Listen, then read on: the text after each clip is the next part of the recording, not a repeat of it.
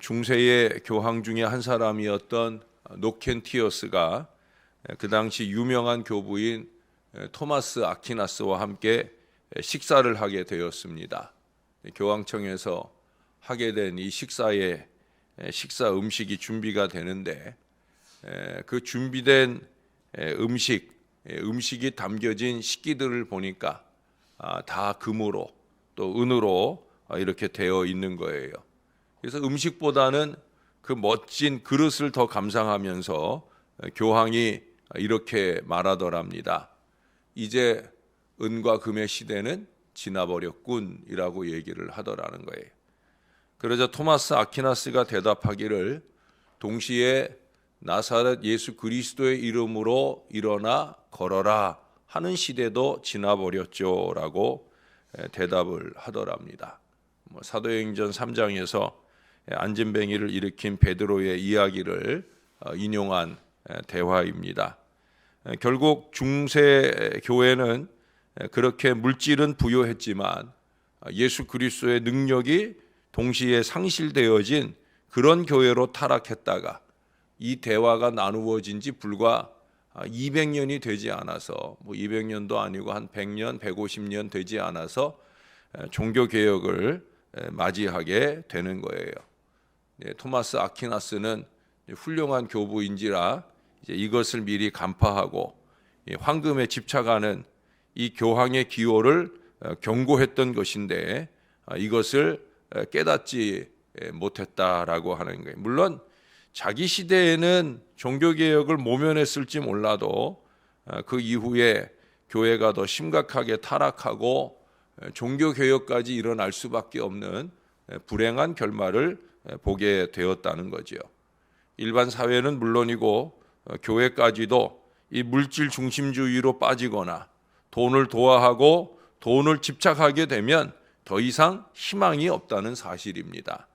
오늘 본문은 두로에 대한 하나님의 심판과 징계 후의 회복을 예언하는 말씀입니다.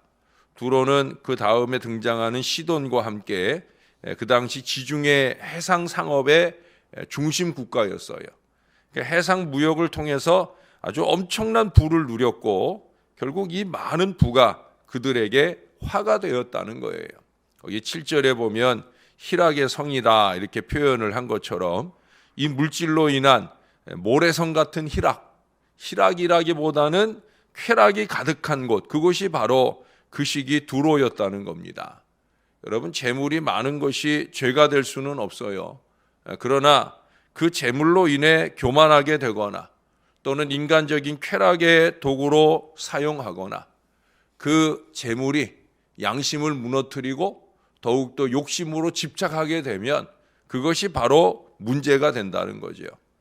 우리 성도들은 물질을 쌓는 것이 목적이 아니라 하나님께서 주신 재물을 지혜롭게 관리하는 청지기에 불과함을 알아야 됩니다. 주님이 주신 물질을 어떻게 하나님 뜻대로 잘 쓰느냐, 이것이 참 중요하다라고 하는 거예요. 잠언서 8장 21절에 보면 하나님께서는 그 사랑하는 자로 재물을 얻어 그 곳간을 채우게 하려 하신다라고 말씀하고 있어요. 그 앞에 17절부터 쭉 보면은 하나님은 우리 믿는 주의 백성들이 부요한 은혜 가운데 살기를 원하신다는 거예요. 우리에게 부요함을 더해 주시기를 원하신다는 거예요. 우리는 솔로몬이 일천 번제 후에 하나님께서 무엇을 주실까 물을 때 그가 지혜를 구하잖아요.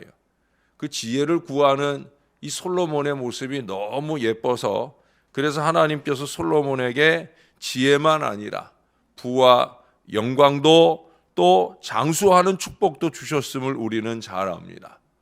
축복으로 주신 물질인 거죠. 물질의 부요함은 하나님의 축복의 한 모습이라는 거예요. 그러나 문제는 어디 있느냐? 우리 사람들이 스스로 그 복을 화로 바꾸어 버린다는 거예요. 솔로몬도 그랬잖아요. 스스로 헛되다. 우리 전도서에서 확인했잖아요. 해 아래서 수고하는 것도 헛되고 많은 부요함도 헛되다.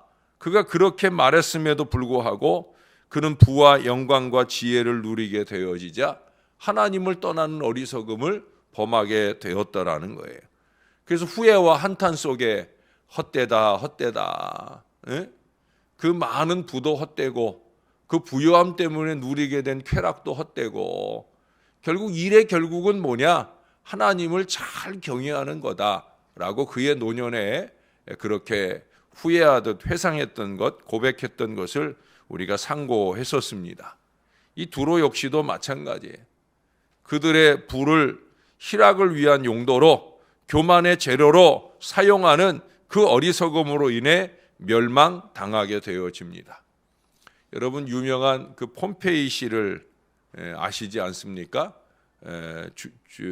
주후 1세기가 되지 못한 때, 한 80년대 그 어간에 지금부터 거의 한 1940여 년 정도 전에 베수비오 화산의 폭발로 하룻밤에 재 속에 묻혀버렸던 그런 도시입니다.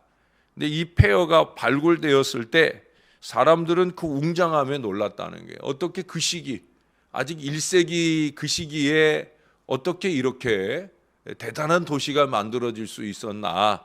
또 아름답고 호화스러웠던 그 옛모습을 넉넉히 그려볼 수가 있었다라고 하는 거예요. 참 대단하다, 대단하다. 근데 그 다음에 이어지는 게 또 있어요. 그게 뭐냐면 이 발굴된 폼페이 거리를 보면 도덕적인 부패상이 이루 말할 수 없었다는 거예요. 모퉁이마다 술집의 흔적이 있고 술집이 모여 있는 곳 근처에는 또 반드시 사창굴이 있는, 그야말로 쾌락과 타락이 그냥 완전히 집약된 그런 도시가 폼페이시다. 그래서 이 폐허를 본 사람들은 누구나가 다 그런다는 거예요. 이 폼페이의 멸망은 당연한 결과다. 이 도시는 멸망할 수밖에 없었다. 그렇게 얘기를 한다는 거예요. 많은 물질적 풍요로 인해 극도로 부패했던 이 도시가 신의 형벌을 받은 것은 너무도 당연한 일이다. 그렇게 말한다라고 합니다. 여러분, 물질은 간혹 우리의 신앙, 우리의 정신을 분실하게 만들어 버립니다. 좋은 믿음으로 하나님의 사랑을 받고 하나님이 그래도 먹고 살 만큼 이상의 부요한 은혜를 주실 때 우리는 그 은혜를 잃어버린다는 거죠. 그 은혜의 근거였던 신앙도 잃어버린다는 거예요. 우리가 아까 불렀던 211장 찬송에 보면 막달라 마리아 본받아서 그러잖아요. 여러분 막달라 마리아가 어떻게 300데나리온의 큰 물질을 들여서 그가 향유를 부어 예수님께 드릴 수 있었겠습니까? 성경은 분명히 우리에게 가르쳐 주시는 교훈이 뭐예요? 은혜를 받았기 때문이라는 거죠. 은혜를 받았기 때문에 그 물질이 하나님께 드릴 때 하나도 아깝지 않은 거예요. 반대로 얘기하면 하나님께 드리는 물질이 아까면 달달달달달달달 그건 뭐예요? 은혜를 잊어버린 거예요. 내가 나된 것은 하나님의 은혜로 된 것이다. 내가 아무리 많이 수고해도 내가 다른 모든 사도들보다 수고해도 그 모든 것은 내가 한 것이 아니라 하나님의 은혜로 하나님과 함께 나와 함께 하시는 하나님의 은혜로 한 것이다. 이 고백이 있을 때는 이것은 내가 가진 물질이든 내가 가진 시간이든 내가 가진 힘이든 이거 하나님께 막 드리고 싶은 거예요. 교회에 와서 막 청소하고 싶고 그걸로도 모자라서 전도하고 싶고 그걸로도 모자라서 예배마다 열심히 드리고 그런 사람들 보면 왜 그래요? 은혜를 받는 거죠. 은혜를 받은 게 클수록 하나님께 더 헌신하고 드리고 싶은 게 너무 당연한 거예요. 반대로 얘기하면 하나님께 드리는 게 인색해지는 사람은 뭐예요? 은혜를 상실하는 거죠. 은혜를 상실한다는 건 신앙을 상실한다는 거예요. 사랑하는 여러분, 그런 사람들에게 오늘의 본문은 좋은 경고가 되어진다는 거예요. 정신없이 살며 웬만한 부를 찾았다고 생각하는 그 순간부터 우리의 본래적 복의 근원인 믿음을 잃어가기 시작한다는 거. 은혜를 외면하기 시작한다는 거. 은혜를 바꾸어 세상의 더러움으로 불평과 원망으로 쌓아져 간다는 거. 여러분, 우리는 이것을 잊지 말아야 됩니다. 그 결국이 뭐예요? 나도 망하고 남도 망하고 함께 죽는 길밖에 없게 되어지는 거죠. 물론 우리 하나님은 오늘도 또 여전히 긍휼을 더하십니다. 항상 그러하시듯 여기 17절에 보니까 70년 후에 하나님께서 다시 긍휼과 자비로 이 패역한 두로를 돌아보시고 회복해 주신다 합니다. 그 70년은 이스라엘이 회복되는 때하고 같은 때예요. 이스라엘과 같이 멸망이 되고 이제 바벨론이 바사에 의해서 멸망되고 이스라엘을 다시 본국으로 돌려보내듯 그때 두로도 그렇게 다시 회복되어서 다시 자기들의 해상 무역의 융성을 다시 이루어 가게 되어진다는 거예요. 근데 여러분, 그렇게 회복된 이 두로의 변화된 물질관을 우리가 유념해 보아야 할 것입니다. 18절을 우리가 함께 읽은 이유가 그거예요. 18절에 보면 두 가지를 얘기해요. 첫째는 뭐냐? 무역한 것과 이익을 거룩하게 여호와께 돌렸다. 하나님께 구별되는 것이 거룩합니다. 예? 하나님께 구별되어지는 것이 거룩한 거예요. 그것이 그들의 희락을 위해서 쓰여질 때는 쾌락의 도구, 멸망의 도구가 되어지지만 하나님께 거룩하게 올려드릴 때 그것이 비로소 거룩하게 되어지는 거예요. 똑같은 돈이지만, 똑같은 시간이지만, 똑같은 힘이지만 그것을 하나님 위에 드릴 때 그것이 거룩하게 구별되는 것을 잊지 말고 주님께 구별되는 거룩한 것들이 내 마음으로부터 내 삶의 전반에 걸쳐서 더욱더 넉넉해지고 풍성해지는 신앙이 되어야 되는 거예요.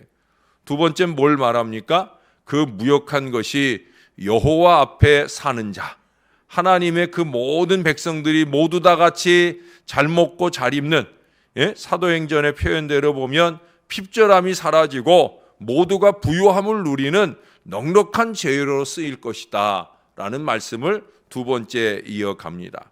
여러분, 하나님께서 주신 물질이 어떻게 선용되어야 하는지를 이 말씀이 우리에게 잘 보여줍니다. 우리가 흔히 약도 잘못 쓰면 독극물이 된다고 하는 걸 경고하기 위해서 약 좋다고 오용 말라고, 남용 말라고 그렇게 경고하는 말들이 있잖아요.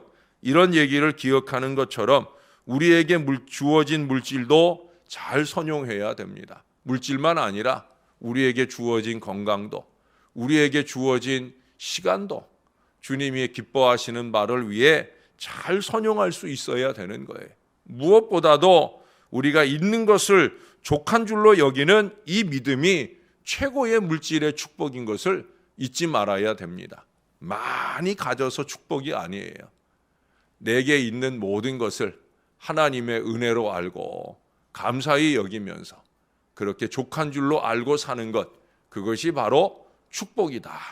저와 여러분이 이 축복과 이 은혜로 넘치고 이 받은 바 은혜가 정말 마음에 겨워서 우리 하나님을 위해, 세상을 위해 더 아름답게 쓸 수 있는 저와 여러분들이 될 수 있기를 우리의 구주 되시는 예수님의 이름으로 간절히 축원합니다. 기도하겠습니다. 좋으신 아버지, 이 아침에도 남들보다 더 귀한 믿음의 마음을 가지고 주님의 존전에와 예배할 수 있는 이 은혜를 주셔서 감사합니다. 우리가 잘나서 이 자리에 앉아 있는 것이 아니라 아버지의 은혜입니다. 언제나 이것을 잊지 말게 도와주옵소서. 예배로 헌신하고 전도로 헌신하고 기도로 헌신하고 물질로 헌신하고 우리가 무엇을 구별하여 주께 드리든지 간에 그것을 다른 사람들과 구별하며 우쭐거리지 않게 도와주시옵소서. 나의 영광을 위해서가 아니라 하나님의 영광을 위해 드리는 것임을 잊지 말게 도와주시고 또 하나님의 은혜로 이만큼이라도 가지고 있어서 이만큼이라도 건강하게 하셔서 그저 하나님의 영광을 위해 쓰임 받고 있음을 감사히 여기며 온전히 하나님께만 영광과 찬송을 올려드릴 수 있는 저와 이 모든 자녀들이 되게 하여 주옵소서. 그 모든 것들을 주께 드림이 인색함으로 되지 말게 도와주시고 우리 마음의 부요한 기쁨과 은혜로 더 넘쳐나도록 역사를 더하여 주옵소서. 우리 하나님께서 그 사랑하시는 자에게 물질도 주시고 건강도 주시고 그 모든 것들을 더하여 은혜도 풍성하게 하시는 것임을 잊지 말게 도와주시고 나와 함께 하시는 하나님의 은혜로 된 것이라 언제나 이 고백 속에 주의 기쁨을 이루어드리는 저와 이 모든 자녀들이 되게 하여 주옵소서. 부름받아 나섰지만 부름받아 받았지만 하나님 그것들이 잘 쓰여지는 것이 중요한 것, 이걸 잊지 말게 도와주옵소서. 특별히 여기 머리 숙인 주의 백성들, 이들에게 더 많은 물질도 더 많은 건강도 허락해 주셔서 더 크게 하나님께 영광 올려드리는 신실한 주의 자녀들 다 되도록 은혜 베풀어 주옵소서. 주님, 주님을 사랑합니다. 감사합니다. 예수님의 이름으로 기도합니다. 아멘. 하늘에